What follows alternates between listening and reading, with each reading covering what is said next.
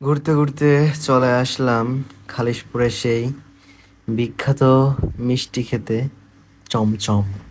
চারিদিকে দেখি সাদা মিষ্টি, কালা মিষ্টি, কোনটা রেখে কোনটা খাবো ভেবেই পাচ্ছি না।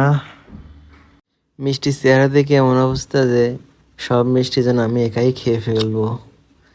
রস রসমালাই, রসগোল্লা, চমচম, কালো চমচম, সাদা চমচম, চারিদিকেই চমচম।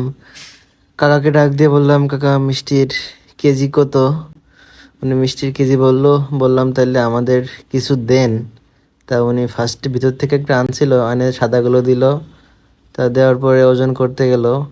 তা আমি এসে এখানে বসে পড়লাম, সাথে দুইজন রয়েছে আরও।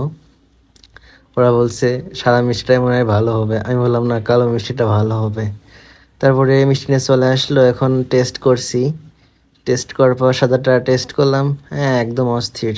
কিন্তু যেটা একটু অন্য কালারের আছে ওইটা ভালো টেস্ট লাগেনি, ভাইরা ট্রাই করছে, এই জন্য ওই চারটা ব্যাগ নিয়ে নিতে বললাম।